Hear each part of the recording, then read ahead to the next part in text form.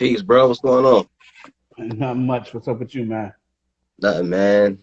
Just hopped up real quick. Hopped out the All right. shower, fresh and clean. I feel you, dog. So peace, my brother. So this is something that I do that I was telling you about. It's called mindful morning, and Okay. essentially what I do is I discuss spirituality, how it can benefit our people in modern times, and people just get an opportunity to tell their story. And for those of y'all who are going to be watching this later on, this is my man Ty Waterman, photographer, community pillar, guy who's been trying to help youth in the community for years. I mean, since we was kids. I remember he used to talk about I wanna help other kids. I mean, so that's a big thing. This dude has a heart of gold, and Yeah, you know, it's hard. and me and him have known each other since, what was it, junior high school or high school? I think it was junior high, Seventh right? grade. Seventh grade. Yeah, junior high. So Yeah. yeah, this is a guy who's been through a lot in life, and me and him were talking the other day about some things, and he was telling me some interesting things about his story. So I said, you know what, we gotta share this story with the world in our way because it's such an inspiration thing. It's a beautiful thing, and you just a great person, just a stand up man. I just want people to see just that example of a young brother who been through things and I'd never seen you, regardless of what you was going through, regardless of your anger, I've never seen you take after the dark side. You never became a Sith. You was always a Jedi. So I always thought that was an honorable thing. So I want the whole world to see that. So this is my brother Ty Waterman. Ty, say what's up to the people. What's up? Can you see me clearly? Because you Oh fading yeah, I on see my you get screen. I clear as don't know day. if it's Clear as day. okay. All right, so let's Okay, I let's switched up begin. new Wi-Fi. So Okay, got you. All right, so let's just yeah. begin with a real simple question. Just tell the world a little bit about yourself and what you're working on in life now. All right. Well, first and foremost, thanks for having me on your platform. I don't take things like this for granted. I appreciate, what you're trying to do. And like you said, I've known you for years. I want to say shout out to anybody that's watching that says hi, Ty. I see you in the comments. But yeah, so I mean, born and raised Hartford, Connecticut. It's in my blood. Um, just growing up, I had a lot of different things happening when I was in school. Probably starting around that seventh grade time. And at first, I didn't have mentors or people that would guide me. And then when I did, some of them moved out of town. And when they moved out of town, I kind of got a little depressed, but I never let it get to me to the point where it stopped what I was trying to do, Hmm. but I was able to take, all those lessons and things that they taught me and incorporate it into my own. But pretty much, went from a high school dropout to a college grad. I went from, being a local Harper kid to being amongst the stars. Hmm. Never been on a rocket ship a day in my life. And just along the way of life and loss, I just know I knew that for some reason there's always something around that corner that's going to happen, and if you give it up at any point, then you're going to lose what may be yours. Sometimes we get caught in the negativities, and I can't lie and act like I've always had it great and golden, because I didn't. I don't even have it golden right now. Hmm. But just knowing that you can't give up, you got to keep fighting for what the things that you want, for your dreams and all that. Hmm. It's just something that should be embedded in all of us, but Right. unfortunately, the environments that we come from, it doesn't work that way. But I've always had some grasp on my mentals enough to say, Hmm. I have to keep moving. And I know that everyone's not like that, but that's also why I've been driven to work with youth. People think that this photography thing came automatically. It came because I've been working with youth all my life. I Right. bring a camera around me Hold on, hold on, and hold on, take pictures hold on, of hold on. events. Hold on, hold on, hold on. We're gonna go into that into a second, but I wanna backtrack real quick because you were talking about how you were determined to always keep moving forward no matter what you were going through. What instilled that in you as a young man? Because that's an important element that you said a lot of young men are missing that. Right. Um, Unfortunately, I love my mom and pops to death, and they're no longer with me. But they were not able to instill those kind of things in me because, we're talking about my father from deep down south, military guy, and my mom's was from deep in the country in Thailand. And, so you got an African American side, you got a Thai side. And culturally, as a young adult growing up in, United States, they didn't understand that. They didn't understand the things that I was going through, so they weren't able to help me. But I happened to be in an after school program pretty much around the same time we met. So that was the beginning of shaping me into the man I was to become. Right. One of my most influential mentors is a guy by the name of Rudy Thomas. And from day one, he would not let off of me. Like, no matter how much I'd walk in the program, drag my head, give excuses, he would just tell me to pick my head up, stop giving excuses because there's going to be a point where people are not going to want to hear your excuses, and he helped to build that resilience and real, excuse me, whoo, it's Sunday morning, resiliency in me so that I was able to learn and to fight back, because mentally at that point, I think I was very weak. Weak Mhm. to the point that, as I share with you happily, that my mom was from Thailand. As a kid, I would never in my life open my mouth to say that because I was always afraid that people would make fun of me. And all I knew, my Mhm. mission on earth at that point was to just fit in and be like everybody else. Right. So when I'm out here trying to fit in and be like everybody else, if I said I was half Asian, people would make fun of me, especially in that seventh grade area. We went to school with some cutthroat kids. And I mean, just the way they would rank on me, talk about, oh, well, as soon as they found out I was half Asian, they would be like, oh, what you eat? Southern fried pork chops. And I'm like, okay, first of all, that's cool. But when they switched it up and said Southern fried egg rolls, and I'm like, I'm lost. I can't, I'm like, why I gotta play me like that, Mhm. But it just happened to be because of their own ignorance, and they didn't know better. Right.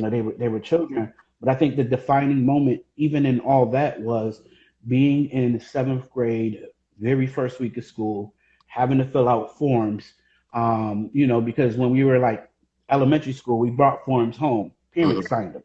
So we're in a big auditorium at Quirk Middle, and they hand us a card and they want to know our racial background Mhm. and emergency contacts. And I've never had to fill that out. So when it came to the point and said, what is your race? I raised my hand. So it must have been 400 kids in that auditorium at the time. And when I raised my hand, everyone's kind of quiet. And whoever it was on the stage, it was some lady. I do remember that. She said, "What's your question?" And I said, What if your parents is more than one race?" And she stopped and she was like, looked at me like puzzled. And then she said, what's your dad? I was like, he's black. She's like, okay. And then she said, what's your mom? I said, she's Asian. Everyone in the auditorium started laughing. At least that was my young interpretation of that. And then this lady paused and said, your father's black, so you're black. And so that checked one box defined the rest of my middle school, high school period where I just was black. I just did that. Anything I thought was black. It helped that my name is Tyrone because that was the blackest name I knew. I put hot sauce on everything. I've never met, and then because I go by Ty, everyone would be like, "What are you?" And I would say I'm black and Thai. Some people were like, "All right, you funny. What are you for real?"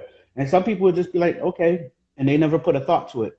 So when they hear that I'm black and Thai, they're like, "Wow, I didn't know that." And especially we didn't have Tiger Woods growing up, so there was no role model for me to be like, "Oh wow, I'm gonna be like him," Mhm. you know.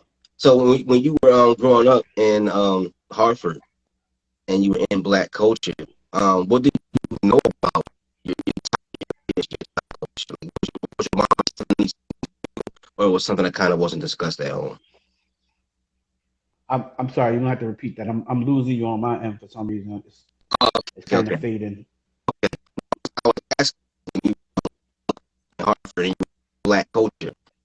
What did you know about your Thai heritage and your Thai culture? And was that something that your mom was instilling at home?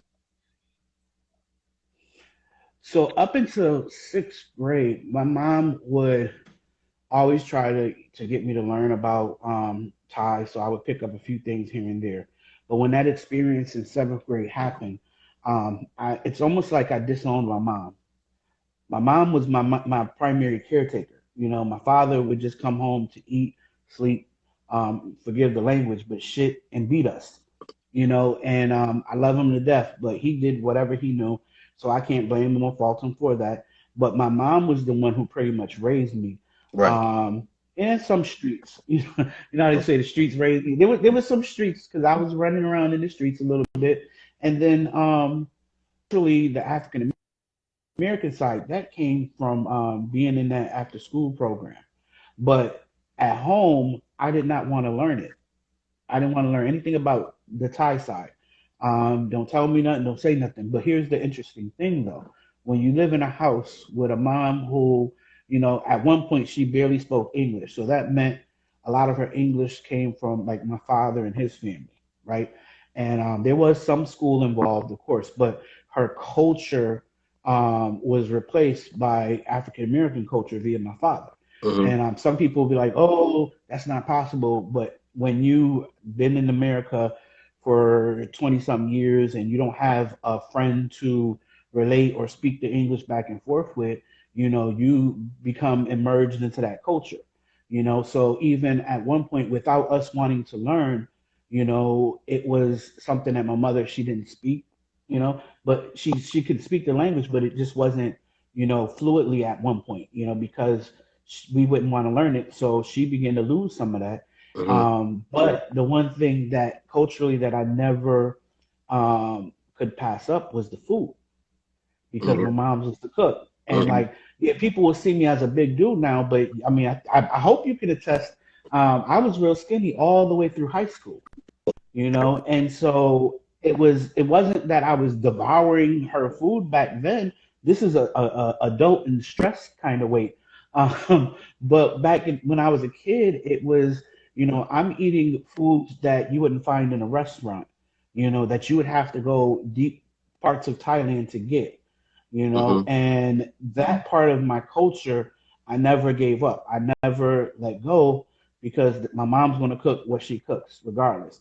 And as funny as the kids were when they were making fun of me, there was some crossover in the culture because my mom's might put a hot pepper in the collard greens, make it a little spicy, you know, Mm-hmm. some spice crossover. But I didn't learn not much about it until I became a young adult and left high school when I stopped caring about what other people thought.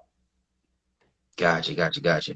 So as you began to explore the Thai side of your culture, how did you feel when you stopped caring what people thought and you were free of that and you began a journey of learning a little bit more? How did you feel and what was the process? Um, so part of it, one of the people that was in that CRT program, it was a beautiful sister by the name of Shanine Jones. Um, she just taught me to embrace me and be who I am, be my authentic self. Stop worrying about other people and what they think.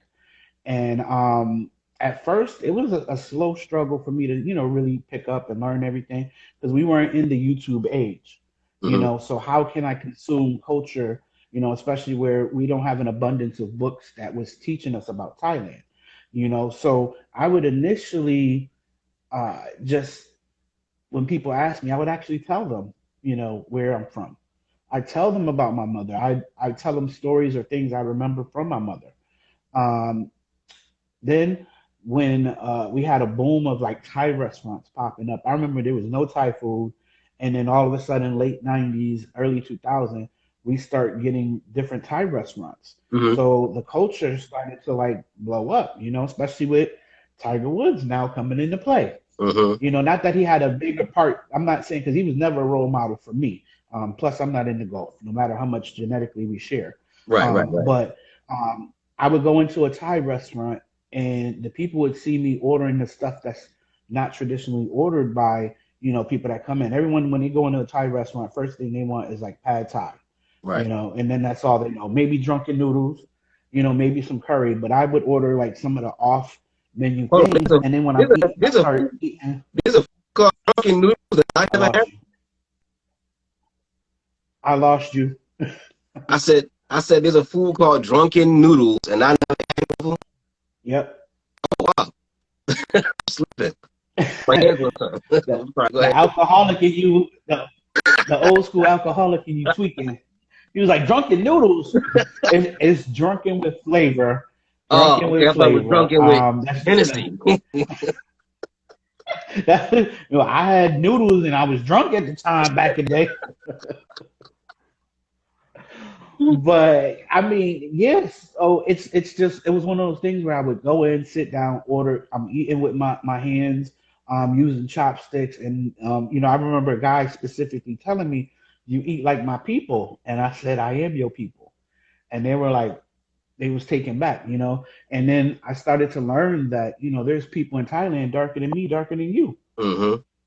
And I'm like, Absolutely. wow. And Thai is one of those amazing, beautiful cultures where, it is a true melting pot of different cultures there. Mm-hmm. Like you would probably go there and find like an African tribe remnants in Mm-hmm. Thailand, and you would be Absolutely. like confused.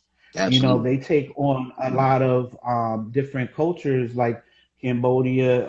When they were running from their country, they would come and would be in Thailand until they can, find a home or be steady or whatever it was. And I can't get too deep into that because I'm still learning, Mm-hmm. about that. But when I started reading that, I worked at Catholic Charities, and they work with the immigrant population, and they had people from like Laos and Cambodia that said, when I would speak to them, I'm like, wow, how is it over there? And then some of them would be like, oh, I lived in Thailand for a long time, and I'm like, oh, some were refugees and living in Thailand, so I never Mm-hmm. knew that. Right. So just to hear those kind of things, and so I'm always open to learning new things. And with YouTube, oh man, I would sit and watch different. It started off with food reviewers, because they would be in the middle of the culture, Mm-hmm. not because of the food. They would go there. So before YouTube, watching Anthony Bourdain do a trip in Thailand multiple times and go to different places and have different food, and I would be like, wow, Mm-hmm. that's interesting. Andrew Zimmern would go there and eat, the wild stuff that, Mm-hmm. most people wouldn't dare. And I'd be like, oh, that's a regular Sunday dinner for us. Right. So, and then just, even being in the African American part of my culture, we were prone to eating the leftovers, the scraps and things that, whatever the master said, y'all gonna eat this, Right. or we would be able to come up with. In Thai, that culture is not too far off. Mm-hmm. They would eat whatever they had, and they would make it into something beautiful. Mm-hmm. And as much as people like to downplay, oh, I don't eat chitlins, I don't eat this, I don't eat that. It's the fact that we took that and we mastered it. We made it into something Right. when we had nothing. Mm-hmm. And some people turn their nose up to it. And I get it. You come to a point in your life when you're older, your palate is either more refined and or culturally you're like, I'm beyond that, or shoot, I don't want to eat the intros. I don't want to eat the. I get it 100%, but I'm appreciative of the culture that I came from and where I'm able to put out there for my children. And when I teach other young children about their own culture, Right. Right. being able to embrace where we came so that in the future we know how we can shape where we want to go and not have to be stuck in the past. Right, right, right. So let me ask this question. As you were learning, you had people from the African American community who were mentoring you and kind of like guiding you through that time. As you began to appreciate your Asian culture more, have you had like somebody from the Asian culture say, "Hey, you know what? Come with me over here. Let's do this. Let's do that," so you can learn more from our perspective. Never a day in my life Mm-hmm. have I come across anyone of significance that was able to, cross over and be that bridge to connect me to my culture. It's just the access here.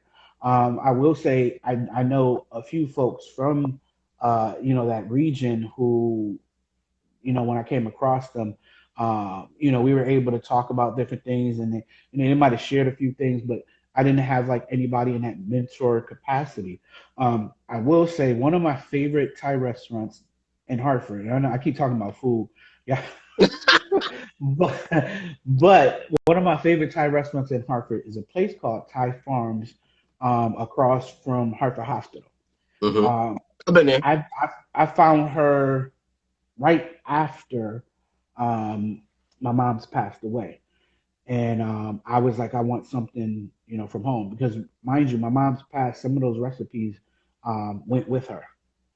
The things that I wasn't willing to learn as a kid or I didn't fully absorb as a kid, they went with her. So it's like, how do I get that authenticness? So I would travel to different Thai places, restaurants, and see what they have on the menu. And I would see they have that carbon copy menu that, caters to, people that are not from Thailand. And generally they put it for, for lack of a better phrase, I guess, for white people's palates. And so that means to some people, it means don't put a lot of flavor, don't put a Hmm. lot of seasoning or a lot of spice, unfortunately. And it's no disrespect to any person because I don't want nobody beating me on the head or coming for me. But it's just, they'll put the PC things on the menu. If they put something that's a little more pungent, they're not going to get people that's going to eat that. But when I went to Thai Farms, she had a few items on the menu that I knew I couldn't get anywhere. And I would tell her about myself, like where my mom's came from. And from day one, this lady like almost treated me like she was my mother. And I would Hmm. always get that spirit, like my mom's spirit, every now and then when I would go in there. I remember going in there one time and I sat down. This was like, I want to say the start of COVID, but when they started opening up, Hmm. and so they had like these big plastic drapes to stop you from going to the back and it stopped the spread from the door. Hmm. And she said, "Are you staying to eat?" And I was like, "Yeah." She said she pulled the curtain back and told me to come sit down. It's empty. Nobody's in there. It's just me. And so I'm sitting down and I've always put in my usual order, which is a papaya salad. It's called sumtum, which if you never had that, you should try it. It's banging. Hmm. I always get mine top level spice, and Hmm. I think I had the vegetable soup, which is another. It seems plain, but it's actually really flavorful. And I'm sitting there and I'm eating this, and then she walks over and she says, "Do you like fish?" I said, "Yeah." So she says, "Okay," and she smiled and walked away. When she came back, she brought this fish curry dish that she didn't even charge me for. That's not on the menu. This is Hmm. something she made at home. She walks away. I taste it. Immediately, tears are streaming from my eyes. And she looks at me when she comes back and she says, "Are you okay, sweetie?" I said, and I just like I couldn't get the words out, but I basically said, "I haven't had this since my mom's passed. It tastes like home. Like it just reminded me of my mom's." And she went, and we're talking about in the COVID era now, walked up and like just started rubbing me on my back. And she said, "It's okay, sweetie."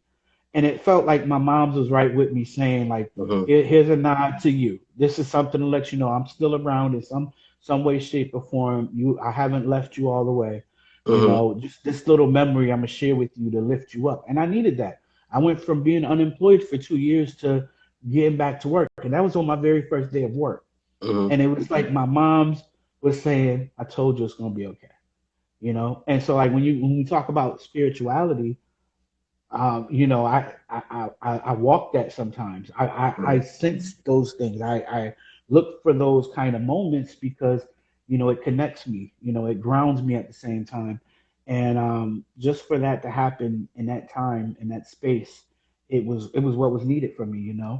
And culturally, I just think about, and I've always thought about my mom's, and she was Christian in the U.S., but she was Buddhist in Thailand. Right.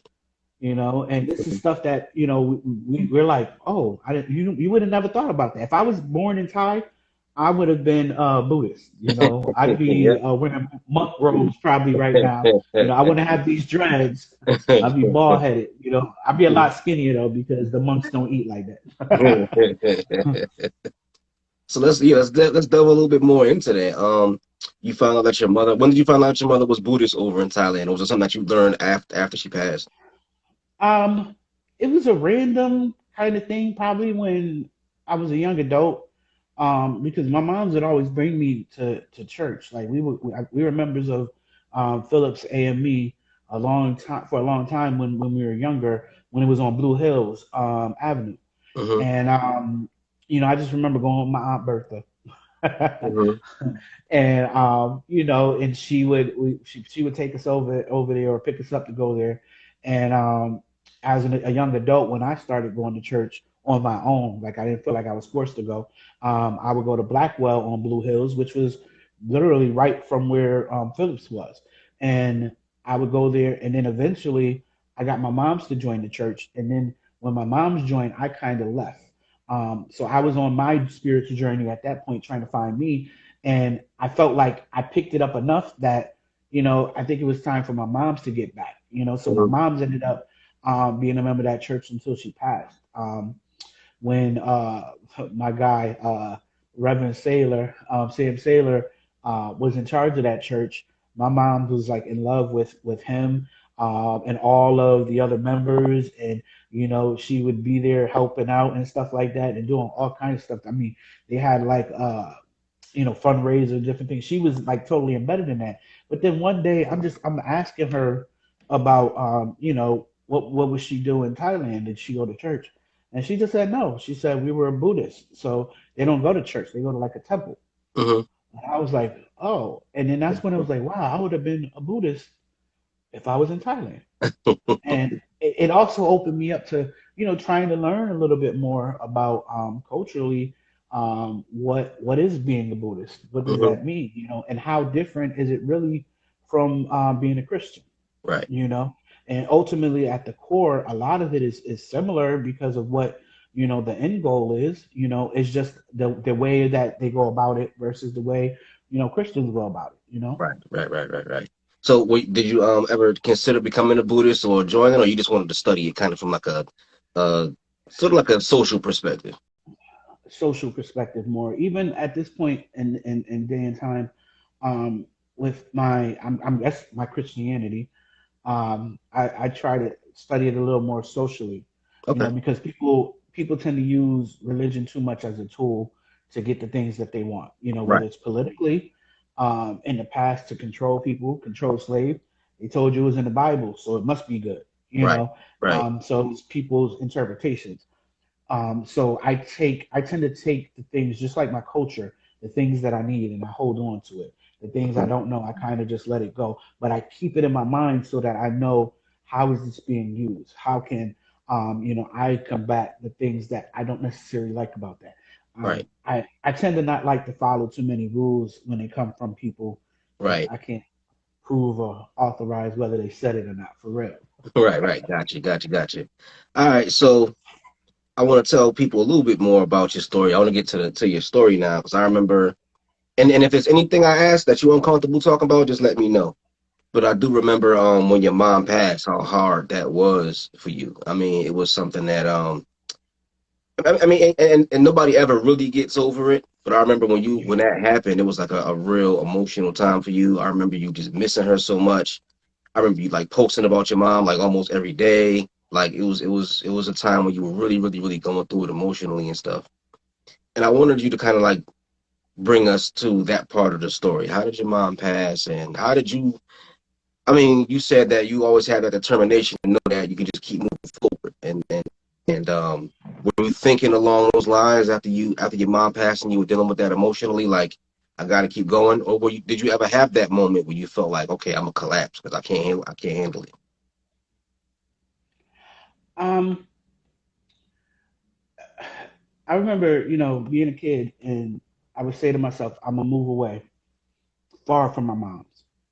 Not because I hated her, not because I was mad. It's because I never wanted her to die. So I figured if I moved away far enough and never heard if she died, she'd always be alive to me. Wow. And then I worked at an agency at a Connecticut Children's Medical Center, with youth and families living with HIV. And I had a whole bunch of kids when I first started. I was told don't get close to them. I'm looking at my coworkers and my boss like, why? They basically said, that some of them may not be here long. When you're in a Mm. youth program, you hear that, you just think they're going to get kicked out. And a youth HIV program, they're checking out of the world. You know, some were real sick, some were really healthy. I've seen some healthy get really sick, and I've seen some sick get really healthy. But I lost a few kids back to back, and these were the kids that like they shaped me, They kicked my butt, but they kept giving me energy. They kept, I was able to learn from them and grow from them. But it was a few in particular that I lost, and like, but it was one kid where he came in on a Wednesday. He thought he had a cold, and I ended up burying him that following Wednesday. Dang. Very unexpected. You go Mm-hmm. from working in a youth agency where you're working with what they call at-risk youth. So basically, kids that's running around in these streets acting up. You got these kids that are basically living to die, and then you go to a place where you got kids living with something that they didn't ask for. These were kids that were born with it, and they were dying to live. Mm-hmm.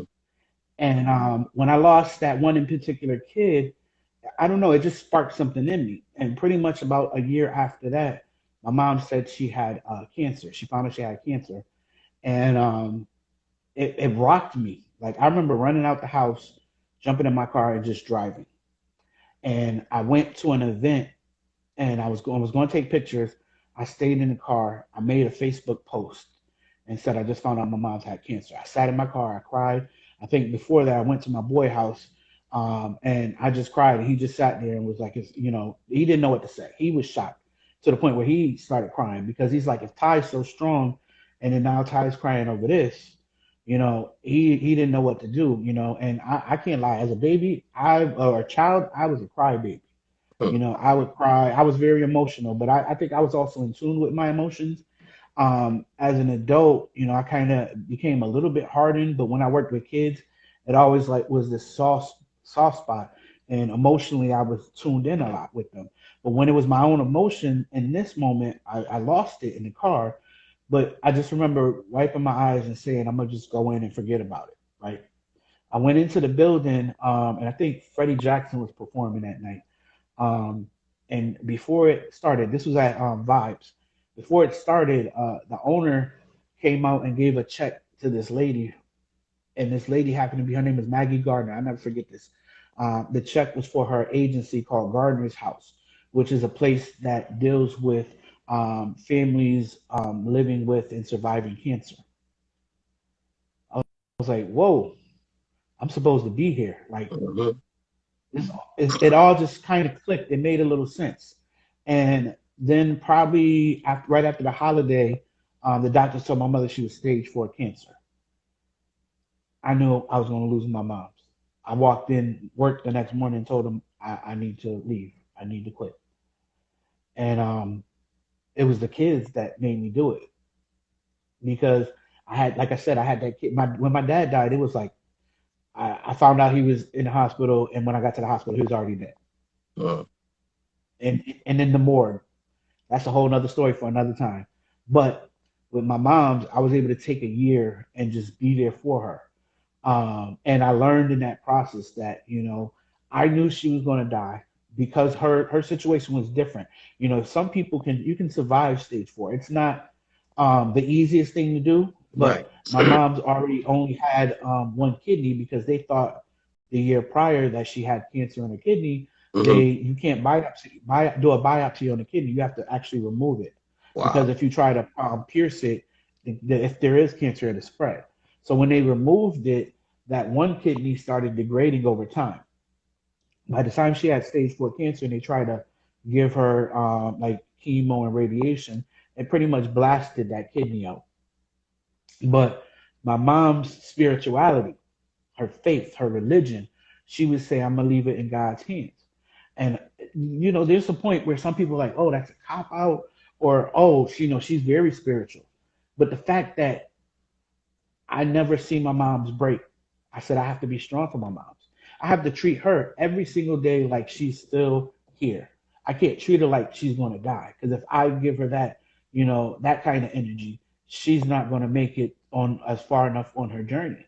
And we did that. I would take her to places. I told my mom was in the hospital and couldn't walk. I said, if we can get you to walk by the end of this week, I'm taking you to Georgia for the holiday, which was Thanksgiving. My mom was walking around that hospital Mm-hmm. within like the 2 days, and I booked Mm-hmm. us a flight, and we went to Georgia for Thanksgiving, and some I know some of my family members they got it, they knew, they understand, but some didn't realize that would be their last time seeing her, and but I was able to create memories. And that's also why I'm a photographer, because I can create a memory and then go back and look and say, wow, I remember this. And it'll take me back in time for that little bit. But after she passed, and mind you, it's one thing to like know about a family member dying, to see them even, in that state. But I've watched her up until her very last breath. And I was sitting there and just her breathing just changed, and it got shallow. Then it got like it was almost like she was trying to sip for air. So that was kind of haunting, for quite a while. And then her last word, she said, "Oi," which is my sister's nickname in Thailand that I never met, and I didn't know if, and because she kind of almost screamed it out, I didn't know if she was seeing my sister, and like the gates is opening and she's like looking at my sister. I didn't know that, or if she was almost telling me to find the sister, Right. Or and, both. and so we interpret these things, in this point in time. But all I know is that's what she said, and I just from there moved on. I was lost for quite a while, and it's like you saying, I would say, I miss my mom. I didn't know what to do, but it was different though, because as a kid, when you lose someone, you feel lost. You feel broken in a sense. With my mom, it was I have to continue this journey. Because I shared my journey with a lot of people. I had so many people inviting themselves into my lives and sharing how I helped them by talking about it. Hmm. Us as black males, we don't talk about our feelings. We don't talk about, that we're emotional creatures, that we can be emotional and it's okay. We don't talk about our mental health. And the fact that I shared and opened up, I would walk into uh, chemo or radiation, session and see other, either, kids or, other, maybe a husband or two, and they would sit in the room waiting for their loved one, and they would be quiet. They wouldn't even look at a person, and they wouldn't share that, oh, I'm here for the same thing. They wouldn't talk. But let you go into a doctor's office for a pregnancy or Hmm. birth, and you see other fathers in there. Hey, you got what you got, a girl? You got this? Yeah, yeah. We talk about that, but stuff Hmm. like that that's tragic. We won't talk about it, and it can be sad. But I said, I got to share that. So for the first couple of years, I was doing like a lot of volunteering for different, cancer fundraisers, and I did one or two of my own. I volunteered my services, and I remember getting a wedding where, the person hired me to do their wedding, and I didn't take a deposit at the time, and I did the wedding, and then in the moment when they asked me how much, I was supposed, how much that I want, and I said, just give me gas money for me and my assistant. I said, this one's on my mom's. Like my mom's told me to do this for you. This girl, she basically was going through chemo and, cancer. She was wearing a wig that day, and I said to her, I thought she was going to, take the wig off, and she's like, oh, we could take these pictures, but she said to me that, I'm not going to have cancer all my life. So I don't want to have this memory be the one that lives on forever. And Right, I right. was like, wow. It Hmm. was it was the same message I was with my mom's, where I have to keep fighting. I have to know that, something else is going to come of this, and that's why I was like, yeah, I made the right decision by not charging her Right, you know. And this was like, wow. And you sometimes you just fill these things out and you just say, okay, and you just keep moving. But ultimately, I now use that story, that energy, for things that will help me move on and not give up. Because I know my mother wouldn't have wanted me to give up. You right. know, she wants me to keep pressing on. She wants me to keep doing things. Gotcha, gotcha, gotcha. So that was, I know that was a real rough time. Um, do you feel like when was the point when you felt like, okay, I'm turning a corner now? Because at one point in time, I remember it was a lot of just I could just sense the depressed energy. I could just sense the feelings you were having. But now I think that you're into a happier place now. You're in a place where you're healthier now. When was the point where you said, okay, I think things are changing a little bit inside of me and in my personal life? Um, it was I stayed out of work by choice for about 3 years after she passed. A lot of time on my hands, and I got news that I was gonna have a baby girl. I already had a son, and he has the name I should have had, because I don't have my father's last name, unfortunately. And then that's my first born, so you always got love. But then this little girl comes popping out looking like my mom's, and that was a turning point for me. Right. I think my daughter saved me. Because all the times you spoke of, you know, before my daughter, like I would tell people, I would never say I wanted to kill myself. Because I truly deep down didn't. But I would say if a bus would have came at me, I wasn't going to move out the way. You know. Um, and then when I started realizing I'd moved, but my reaction time would have probably been slower than most, because I Right. still wasn't like fully interested in jumping out the way. Hmm. It was like that's just as bad though. But when that little girl came, it was like I have to move out the way. Hmm. I have to, just pick up the pieces. I got to keep moving. So I started working again. Unfortunately, for me, trying to go back to work was harder. So now I'm out the game for a while, and I'm trying to get back in the game. Coach wouldn't put me in the game. He was like, "What's Hmm. going on?" Hmm. Then when I finally get back in the game, I'm working on a different team. I'm instead of working with youth, I'm now working with adults. Hmm. And some of the youth that I worked with are now adults. And it was like, wow. And but I always wanted to get back to working with kids, and so I was still kind of empty inside.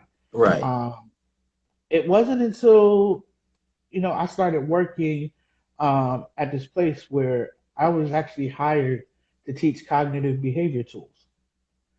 And we're talking about the dropout, the high school dropout, the Hmm. GED Hmm. recipient, Hmm. um, teaching the stuff that therapists use. Hmm.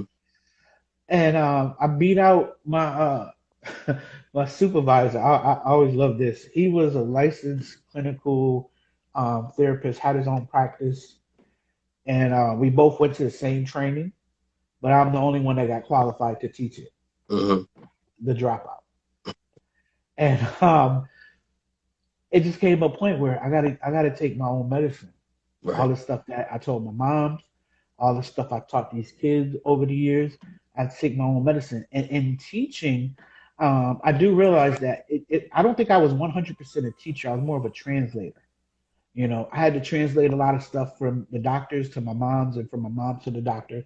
And she spoke perfect English. It was just that her accent was so thick that people Hmm. didn't understand her. Now, I Right. didn't understand Thai, but I understood my mom's. Right. You know, um, Kids. When I worked at the hospital, I had to translate that doctor stuff. They're using all these words that these kids are like, huh, what? They're gonna do Hmm. what? And I have to translate that. And then these kids come in talking like all this, you've taught slang and all this. I got to translate that to the doctor. Right. Right. So when I'm teaching cognitive behavior, it was how can I simplify the same things that therapists are attempting to do, to teach it to them so that they can work with their youth that is in their life that's causing issues or having problems. How can they work through it? Hmm. And when I did that, it was like, wow, I'm loving this. But I was still missing working with youth. And it wasn't until recently where I started, like right now, I work for CREC, and I work at a high school called Impact Academy. Hmm. And this is where I've come full circle because now I'm teaching and working with young individuals who, some of them are on the verge of just dropping out because they don't have enough credits to graduate. Some are seniors, and this is their second time at it, you know. And these are people just like me, they're just like you. Yeah. Just like And that. it's like what people don't know, what we haven't shared yet is we known each other since seventh grade, and then there was a fateful day, probably around what would be considered our junior year, that we all ended up in adult ed. Me, Yep. you, Yep. and two other individuals, and Yeah. we We all all kind went of for our dropped out at the GED. same. We dropped out at the same time. And I'm looking around the room, and I'm just going to be as colorful as I can with this. We had a girl who everyone kind of loved, and They thought she was cute and wanted to, all the boys wanted to holler. And I'm like, why is she here? We had the cool girl that was just cool with everybody. And it was like, why is she here? Mhm. We had me, you, and our boy Ant. We were all nerds within our own rights, but we were hood in our own rights too. Mhm. Mhm. We were. It's like we had our own specialties in the nerd game. Right. Right. But we were like the Breakfast Club in adult ed, Yeah. and it was like we're looking at all the other people in there. Some kids is running around because it was at the Hartford adult ed, so Mhm. everyone in there was kind of like wilding because you also had one of the schools where it was like an alternative high school, and so you got kids running around the hall screaming.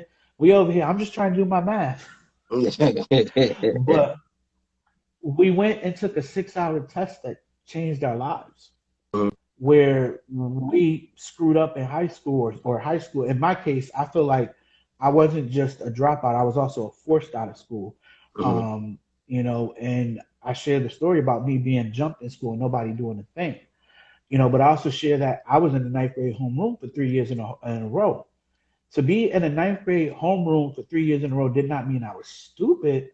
It just meant that I didn't have enough credits, Yeah. and And then, then man, and we a lot of times, crossed that. a lot of times it also means that you going through stuff. 'Cause I remember around that time, my mom and my dad Oh had yeah. split, and I was going through a lot of emotional stuff. I didn't have no emotional support, and I'm pretty sure you was going through something similar too. Oh yeah, 100%. Even the fact that when I told my father I was about to graduate, my father was like heading to his car. He turned around, he looked at me, he said, "What's that supposed to do for me?" This is my father living in my house, Mm, just left from eating breakfast, and he said, "What's that supposed to do for me?" mm, And I didn't know really what to say, so I said, "Make you proud." And he said, "Right on, brother," mm. And just like, and mm. left. Yeah, I yeah. remember graduating and like a little bit of everybody. They had parents, they had balloons, and I looked out. There was nobody. Nobody screaming my name. My mother wasn't there. My father wasn't there. And I walked down the aisle to get my diploma, and I said to myself, "There's nobody here." But I took the lesson out of that. A lot of my life is about taking what I can as a lesson, and I said, "There's going to be a point where it's just going to be me, and that's it. You Mm, can't rely on others. You just got to push through." you know. And then right after that, we walked outside, and it was me, you, and Dorka. We took a picture, mhm. and I think it was our girl Monica's sister who took the picture. And it was like if that picture never was taken, I wouldn't have that kind of memory. But it was right then where I was like, I know who's real, Mhm. and it was like no matter what, I shared that moment with y'all, at the same time. So it was just Mhm. like wow. Yeah, But yeah. I just got to keep on pushing, keep on teaching, and figuring out a way to, make things happen. Right, right, right. So yeah, let's get to the part of the story we was talking about the other day. 'Cause I love the fact that you're breaking down a lot of the things that you've been through, a lot of the lessons that you learned, and a lot of the tough lessons that you learned. But there is a beautiful pot of gold at the end of the rainbow. So let's talk about what we was talking about the other day. That Some really gold. inspired me. Yeah, yep. Pot of gold. Yeah. So uh, the journey I've been on is like it's crazy. So going back to work um, was just one step in me, you know, taking back my life fully and not Hmm. just letting it be engulfed by all these negativities. There was a period where I couldn't get hired, couldn't find a job, and all of a sudden, out of nowhere, I got two random calls telling me, and this is not even what you're speaking to, but one was to say, "Hey, you got selected to be 100 men of color." What? And at first, honestly, I was going to turn it down, and so I was like, "Can I get back to you?" I know my man June was like, "What?" It was just like I had my own reasons behind me wanting to turn it down. But then I got another call saying, "Hey, you got selected for an unsung hero award."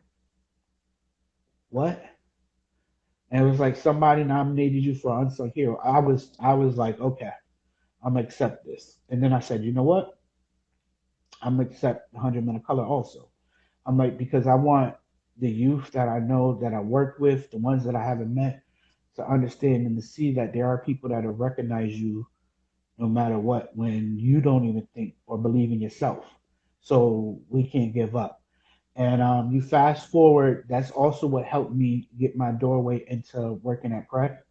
Um, it's just the opportunity, the way that it happened, especially after COVID and my chances of finding a job got shut down for another year and a half. So that Hmm. extended my time not working.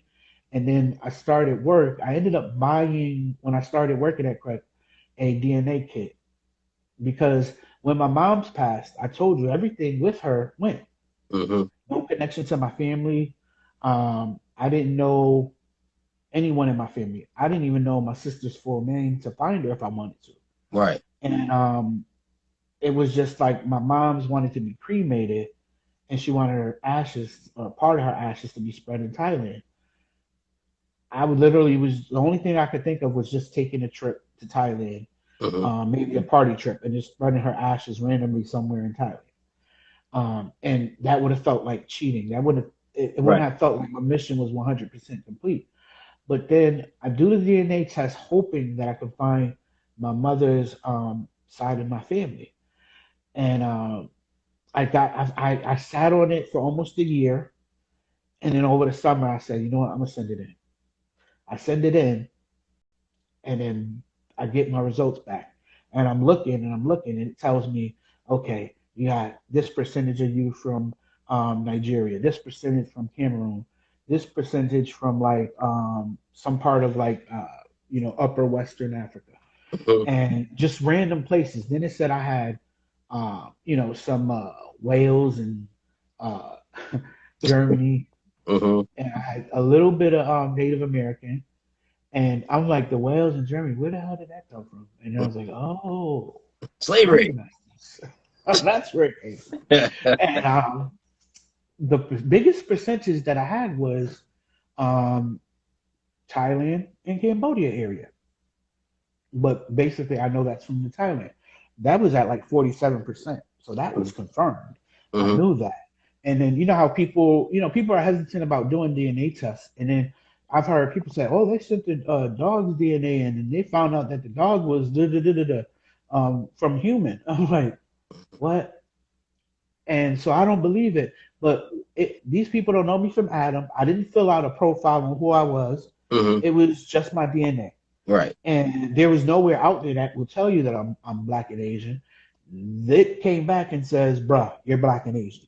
Hmm. It was like I knew this, Hmm. but the difference was now I'm looking to see who are my relatives that are in there. So this is like a social media site where it's aggregating people that filled out for DNA, and nobody from my mother's side is in there. Now I'm like, what?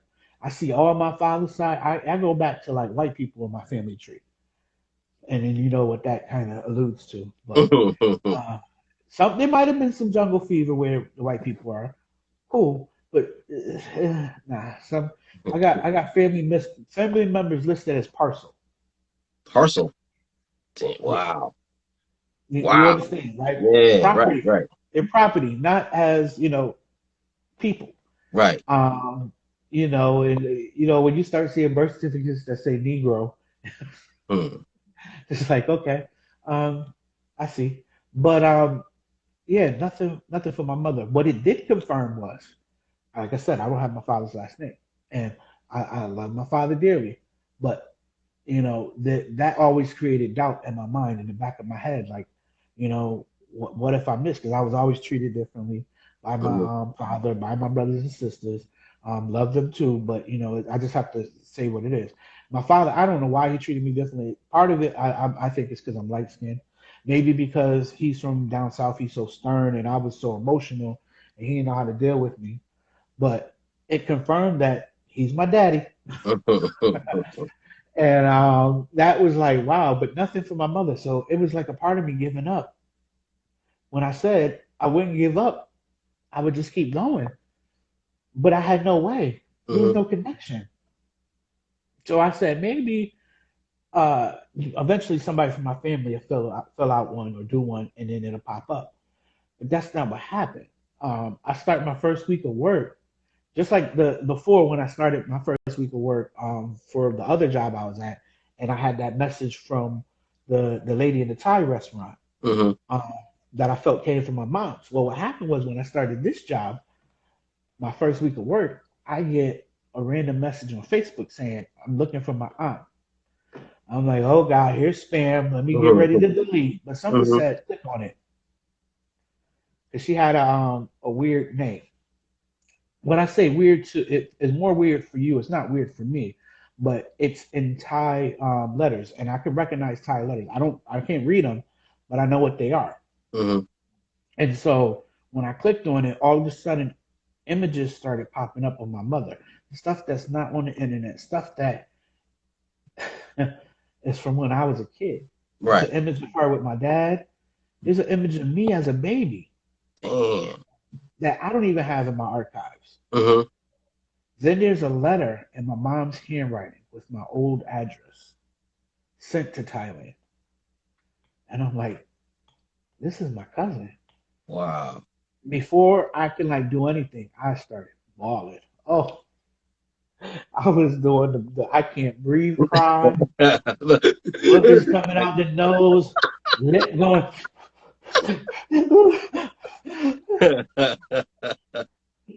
Yeah, it was embarrassing, but not really at the same time. And I immediately called her through Facebook. I was like, please pick up, please. And she picked up. And she said her mom had recently sent her that. Um, she doesn't live in Thailand at the moment. Her job basically got her to travel, so she lives in Hungary. But because of the type of job she has, she knows English. My sister doesn't know English. But the sad part was at the same time of finding me, that also meant that my sister, I found out she was alive, so that was good. So she wasn't at the pearly gates waiting for my mom's. So I was happy about that. Mm-hmm. But that meant that my sister was now finding out that my mom's had passed. And all these years of me taking my mom's for granted, not learning about the culture as much as I should have, um, I realized my sister, over 40 some odd years, was sitting at home waiting for my mom's, and she never got to meet her. Wow. And that was like, that broke my heart, you know? And she said she's been waiting for her to come home. And then we talk about spirituality. They go to the temple, not the church. They, they pray and they give what we call alms to the monks. Mm-hmm. And it's the act of giving like food and or other gifts to the monks because they don't work and that's what they do. They pray over people, and they also would go to psychics and try to get their fortune read to see when is mom coming home, and they would. I doubt they was getting the answers they needed. But lo and behold, the power of the internet is how they found me, not through a DNA test. Mm-hmm. They found me by searching my name on the internet because they remember my mom's. So they was able to find my mom's and they found my name and they searched me and found me. They could have found my brother and sister, but they wouldn't have known how to connect or they wouldn't have known, necessarily what to do. They would have overlooked it, but they found me and that was like, wow. Mm-hmm. I was able to talk with my sister for the first time in forever.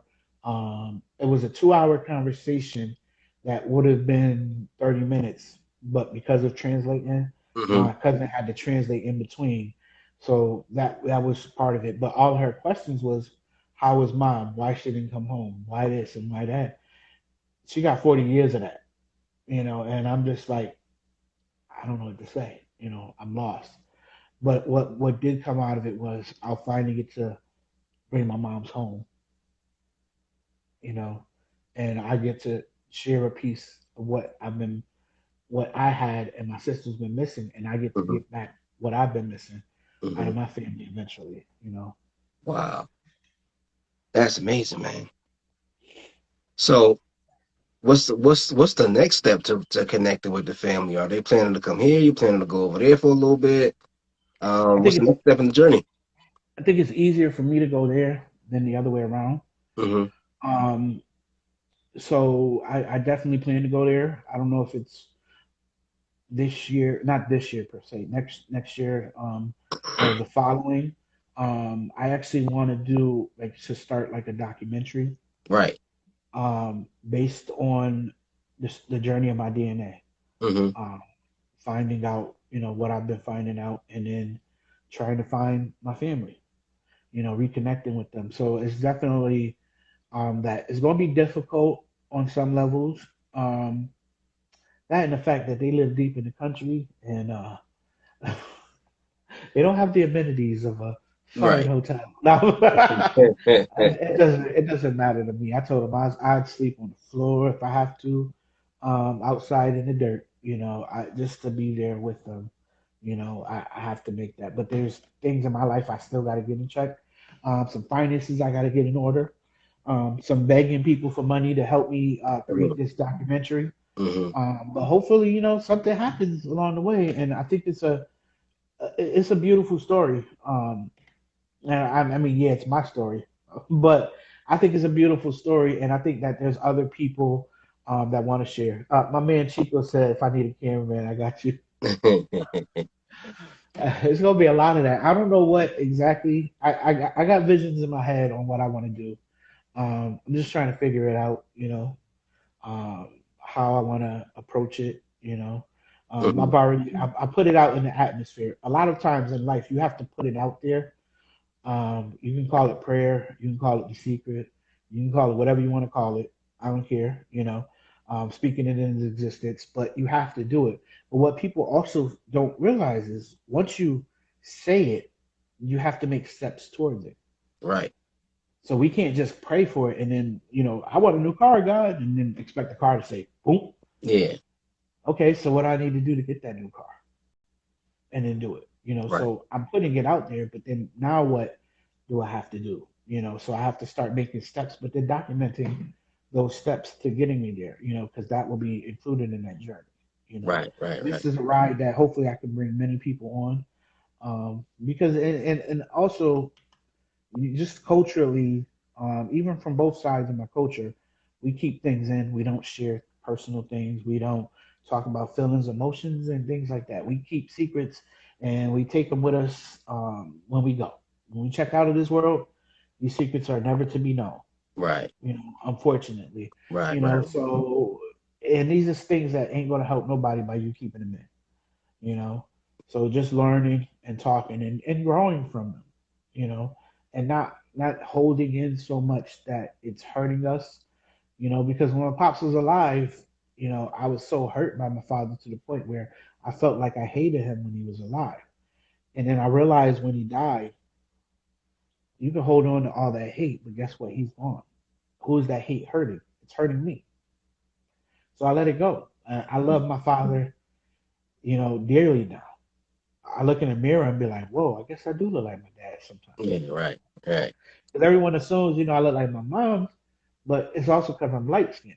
And if you put a coat on me, a shade darker or so, I look like my dad, Hmm. and it's like, wow, maybe I probably have a little more, of this cheap thing going. Hmm.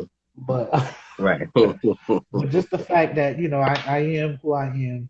I'm authentically me. I'm unapologetically black and I'm unapologetically Asian. Right. People can't tell me who I am. I know who I am, and I'm still learning who I am. Yeah. Yeah. I hear you, man. That's a hell of a story, my brother. Oh And yeah, I thank you for sharing that, man. That's a beautiful thing.